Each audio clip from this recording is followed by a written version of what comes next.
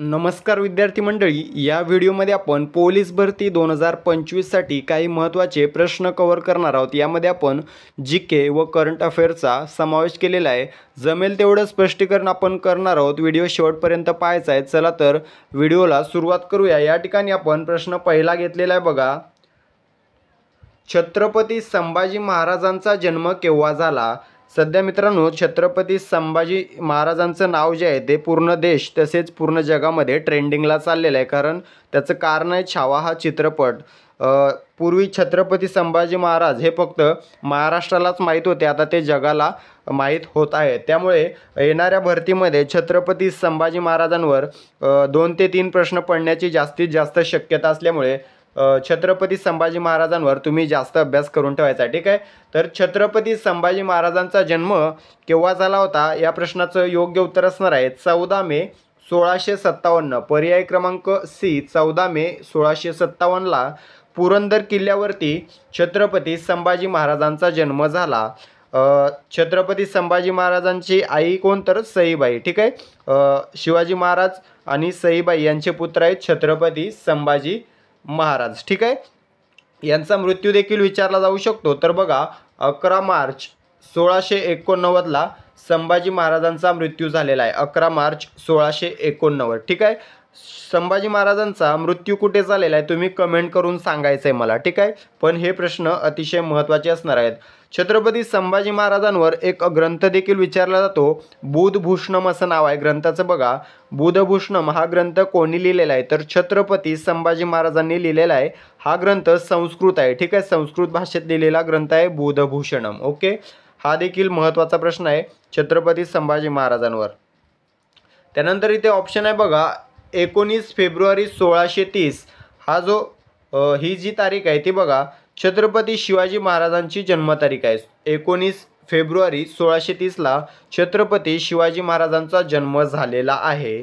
त्यानंतर इथे आहे बघा 19 नोव्हेंबर 1828 हा जो ही जी दिनांक आहे ती झाशीची राणी लक्ष्मीबाई किंवा मणिकर्णिका यांची जन्मतारीख आहे। या ठिकाणी मित्रांनो 1828, तर काही स्त्रोतांमध्ये 1835 वर्ष देखील दाखवण्यात आलेले आहे। तर दोन्ही लक्षात ठेवायचं आपल्याला।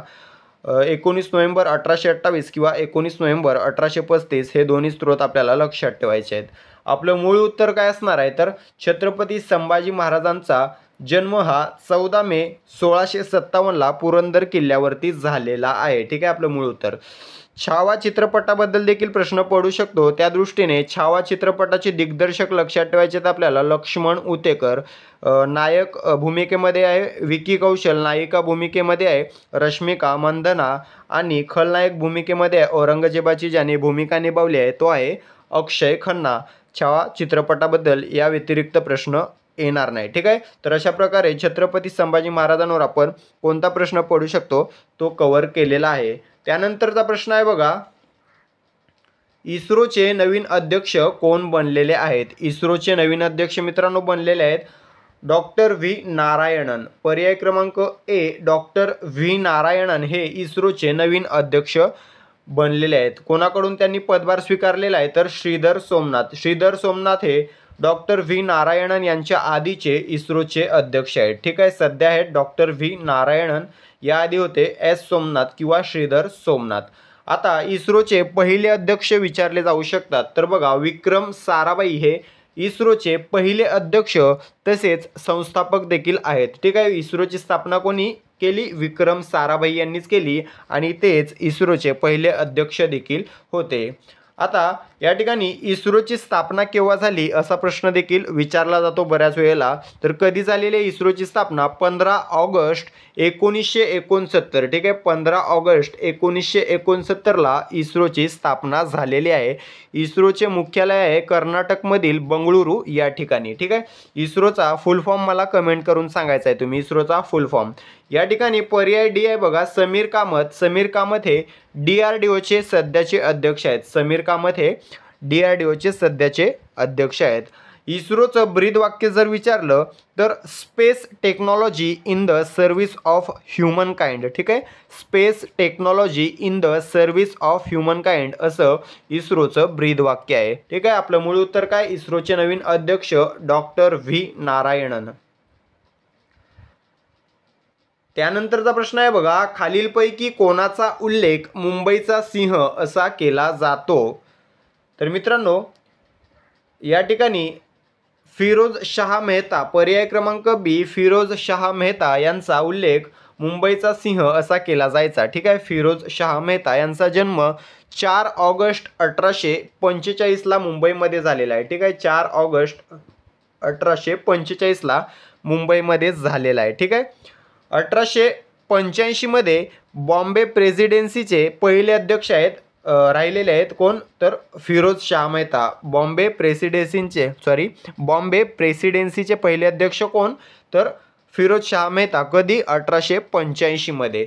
त्यानंतर 1904 मध्ये ब्रिटिशांनी नाईट कमांडर असा किताब दिलेला आहे फिरोज शाह मेहताला. महत्त्वाचा पॉईंट आहे बघा, खालीलपैकी कोणास नाईट कमांडर हा किताब दिला होता ब्रिटिशांनी असं विचारलं जाऊ शकते. तर कोणत्या वर्षी दिला असं देखील विचारलं जाऊ शकते. तर वर्ष लक्षात ठेवायचं आहे आपल्याला. 1904 मध्ये ब्रिटिशांनी फिरोज शाह मेहता यांना नाईट कमांडर असा किताब दिला होता. त्यानंतर 1910 मध्ये JB पेटिट यांच्या सहाय्याने बॉम्बे क्रॉनिकल हे साप्ताहिक सुरू केलेलं आहे फिरोज शाह मेहतांनी. हा प्रश्न पोलीस भरतीत बऱ्याच वेळेला विचारलेला आहे. कोणता? तर 1910 मध्ये JB पेटिट यांच्या सहाय्याने बॉम्बे क्रॉनिकल हे साप्ताहिक कोणी सुरू केले? तर फिरोज शाह मेहता यांनी सुरू केलेलं आहे. ठीक आहे. हे महत्त्वाचे प्रश्न फिरोज शाह मेहता यांच्यावर विचारले जातात. त्यानंतर या ठिकाणी बघा, गोपाळ कृष्ण गोखले हे आहेत. तर बघा, गोपाळ कृष्ण गोखले यांच्यावर एक मोस्ट रिपीटेड प्रश्न आहे, महात्मा गांधीजींचे राजकीय गुरु. ठीक आहे. महात्मा गांधी आपले राजकीय गुरु कोणास मानत? असा प्रश्न बऱ्याच वेळेला विचारला जातो. तर गोपाळ कृष्ण गोखले उत्तर द्यायचं आहे आपल्याला. ठीक आहे. त्यानंतर पर्याय दादाभाई नौरोजी. दादाभाई नौरोजी यांना भारताचे पितामह तसेच भारतीय अर्थशास्त्राचे जनक असे देखील म्हटले जाते. हे दोन्ही प्रश्न वारंवार पोलीस भरतीत रिपीट होत असतात. ठीक आहे. न्यायमूर्ती रानडेबद्दल जे काही महत्त्वाचे फॅक्ट आहेत ते तुम्ही मला कमेंट करून सांगायचे आहेत. ठीक आहे. आपलं मूळ उत्तर काय? मुंबईचा सिंह असा उल्लेख फिरोज शाह मेहता यांचा केला जातो किंवा केला जायचा. त्यानंतरचा प्रश्न आहे, रायगडचे जुने नाव खालीलपैकी काय होते? काय होते मित्रांनो? रायगडचे जुने नाव कुलाबा असे होते. पर्याय क्रमांक सी, कुलाबा हे रायगडचे जुने नाव होते. आता प्रश्न असा देखील विचारला जाऊ शकतो की रायगडचे जुने नाव कुलाबा होते, परंतु कुलाबा हे नाव बदलून रायगड कोणत्या वर्षी करण्यात आले? असा प्रश्न विचारला जाऊ शकतो. तर वर्ष आपल्याला लक्षात ठेवायचं आहे. 1981 मध्ये कुलाबा हे नाव बदलून रायगड असे नाव ठेवण्यात आले. 1981. जे विद्यार्थी रायगडमध्ये फॉर्म भरतील त्यांच्यासाठी हा मोस्ट IMP प्रश्न असणार आहे. ठीक आहे. 1981 लक्षात ठेवायचं आहे. आता या ठिकाणी चंपावती जो ऑप्शन आहे तो चंपावती नगर हे बीडचे जुने नाव होते. ठीक आहे. चंपावती नगर हे बीडचे जुने नाव होते. त्यानंतर बघा, मोमिनाबाद आहे ऑप्शनमध्ये. तर मोमिनाबाद हे अंबेजोगाईचे जुने नाव होते. बीड जिल्ह्यातीलच एक तालुका आहे अंबेजोगाई, त्याचे नाव काय होते? मोमिनाबाद जुने नाव. ओके. त्यानंतरचा प्रश्न आहे, जगातील सर्वात मोठा ग्राउंड वॉटर रिचार्ज प्रकल्प कोणते दोन राज्य मिळून राबवणार आहेत? महत्त्वाचा प्रश्न आहे. या प्रश्नाचं योग्य उत्तर असणार आहे पर्याय क्रमांक डी, महाराष्ट्र व मध्य प्रदेश. आपला महाराष्ट्र आणि मध्य प्रदेश हे दोन राज्य मिळून जगातील सर्वात मोठा ग्राउंड वॉटर रिचार्ज प्रकल्प राबवणार आहेत. ठीक आहे. त्यानंतरचा प्रश्न आहे, भारतातील कोणत्या राज्यातील नद्यांमध्ये सर्वात जास्त डॉल्फिन आढळून येतात? भारतातील कोणत्या राज्यातील नद्यांमध्ये सर्वात जास्त डॉल्फिन आढळून येतात? या प्रश्नाचं योग्य उत्तर असणार आहे पर्याय क्रमांक ए, उत्तर प्रदेश. भारतामध्ये जेवढ्या डॉल्फिन आहेत त्यापैकी सर्वात जास्त डॉल्फिन ह्या उत्तर प्रदेशमधील नद्यांमध्ये आढळून येतात. सध्या भारतामध्ये 6,327 एवढ्या डॉल्फिन आहेत. त्यापैकी उत्तर प्रदेशमध्ये किती आहेत? तर 2,397 डॉल्फिन या उत्तर प्रदेशमध्ये आहेत. ठीक आहे. पहिला क्रमांक लागतो सर्वाधिक डॉल्फिन असण्यामध्ये उत्तर प्रदेशचा. दुसरा क्रमांक कोणाचा लागतो? तर बिहार राज्याचा लागतो. बिहारमध्ये 2,220 2220 डॉल्फिन आहेत. त्यानंतर तिसरा क्रमांक लागतो पश्चिम बंगालचा 815 डॉल्फिन पश्चिम बंगालमधील नद्यांमध्ये आहेत. त्यानंतर चौथा क्रमांक लागतो आसामचा. आसाममध्ये 635 डॉल्फिन आहेत नद्यांमध्ये. ठीक आहे. शेवटचा क्रमांक लागतो पंजाबचा. पंजाबमधील नद्यांमध्ये 3 डॉल्फिन आहेत. ठीक आहे. आपलं मूळ उत्तर काय आहे? उत्तर प्रदेश या राज्यामध्ये भारतातील सर्वाधिक डॉल्फिन आढळून येतात उत्तर प्रदेशमध्ये. ठीक आहे. त्यानंतरचा प्रश्न आहे खालीलपैकी कोणता पर्याय लोहाचे धातूक नाही?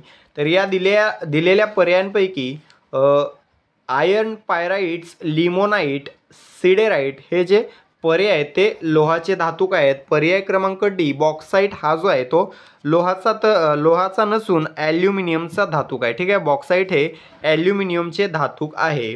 ओके. त्यामुळे आपलं उत्तर असणार आहे पर्याय क्रमांक डी. त्यानंतरचा प्रश्न आहे कोणत्या कलमान्वये राष्ट्रपती आपला राजीनामा उपराष्ट्रपतींकडे सादर करतात? मित्रांनो, पूर्वी प्रश्न विचारला जायचा राष्ट्रपती आपला राजीनामा कोणाकडे सादर करतात? उत्तर असायचं उपराष्ट्रपती. ठीक आहे. आता थोडी काठिण्य पातळी वाढत आहे तर कलम देखील विचारले जात आहेत. तर बघा, राष्ट्रपती आपला राजीनामा उपराष्ट्रपतींकडे देतात हे झालं, पण कोणत्या कलमान्वये? ठीक आहे. तर कलम 56 पर्याय क्रमांक डी कलम 56 अन्वये राष्ट्रपती आपला राजीनामा उपराष्ट्रपतींकडे देतात. आता या ठिकाणी कलम 81 आहे बघा, ऑप्शन ए. तर कलम 81 यामध्ये काय तरतूद आहे? तर लोकसभेची रचना व कमाल म्हणजे जास्तीत जास्त सदस्य संख्या याची तरतूद कलम 81 मध्ये करण्यात आलेली आहे.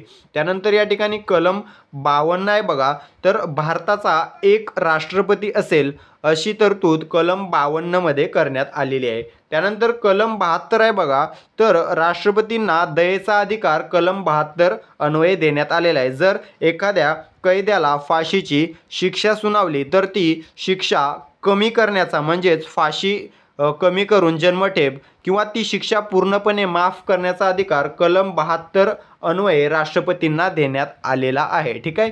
हे महत्त्वाचे प्रश्न या ठिकाणी आहेत. या व्यतिरिक्त राष्ट्रपती यांच्यावर प्रश्न कोणते विचारले जातात? तर भारताचा प्रथम नागरिक कोण असतो? तर राष्ट्रपती हा भारताचा प्रथम नागरिक असतो. त्यानंतर राष्ट्रपतींची निवडणूक ही अप्रत्यक्ष निवडणुकीने होत असते. ठीक आहे. त्यानंतर राष्ट्रपतींना पद व गोपनीयतेची शपथ कोण देतात? तर भारताचे सरन्यायाधीश. ठीक आहे. भारताचे सरन्यायाधीश हे राष्ट्रपतींना पद व गोपनीयतेची शपथ देत असतात. त्यानंतर राष्ट्रपती पद जर रिक्त झाले तर 6 महिन्याच्या आत, ठीक आहे, किती महिन्याच्या आत प्रश्न विचारला जाऊ शकतो? तर 6 महिन्याच्या आत त्या पदासाठी निवडणूक घ्यावी लागते.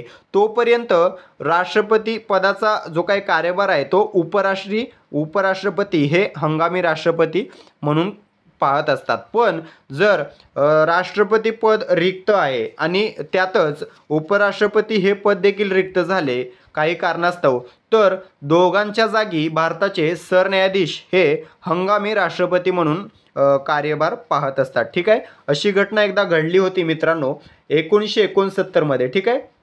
1969 मध्ये राष्ट्रपती झाकीर हुसेन यांचा पदावर असताना मृत्यू झालेला होता. प्रश्न विचारला जाऊ शकतो 1969 मध्ये राष्ट्रपती झाकीर हुसेन यांचा पदावर असताना मृत्यू झाला. त्यावेळी उपराष्ट्रपती व्ही गिरी यांनी देखील राजीनामा दिला. दोन्ही पदे रिक्त झाली. त्यामुळे भारताचे सरन्यायाधीश तत्कालीन सरन्यायाधीश एम हिदायत उल्ला यांनी हंगामी राष्ट्रपती म्हणून काम केले होते. ही घटना लक्षात ठेवायची आहे, पोलीस भरतीत विचारली जाऊ शकते. मित्रांनो, अशा प्रकारे काही महत्त्वाचे प्रश्न जीकेचे आणि करंट अफेअर्सचे आपण या ठिकाणी कव्हर केलेले आहेत. प्रश्न आवडले असतील तर व्हिडिओला लाईक आणि चॅनलला सबस्क्राईब करून घ्यायचं आहे. हा व्हिडिओ जास्तीत जास्त मित्रांसोबत शेअर करायचा आहे. ठीक आहे. भेटूया पुढील व्हिडिओमध्ये. तोपर्यंत स्वतःची काळजी घ्यायची आहे. धन्यवाद.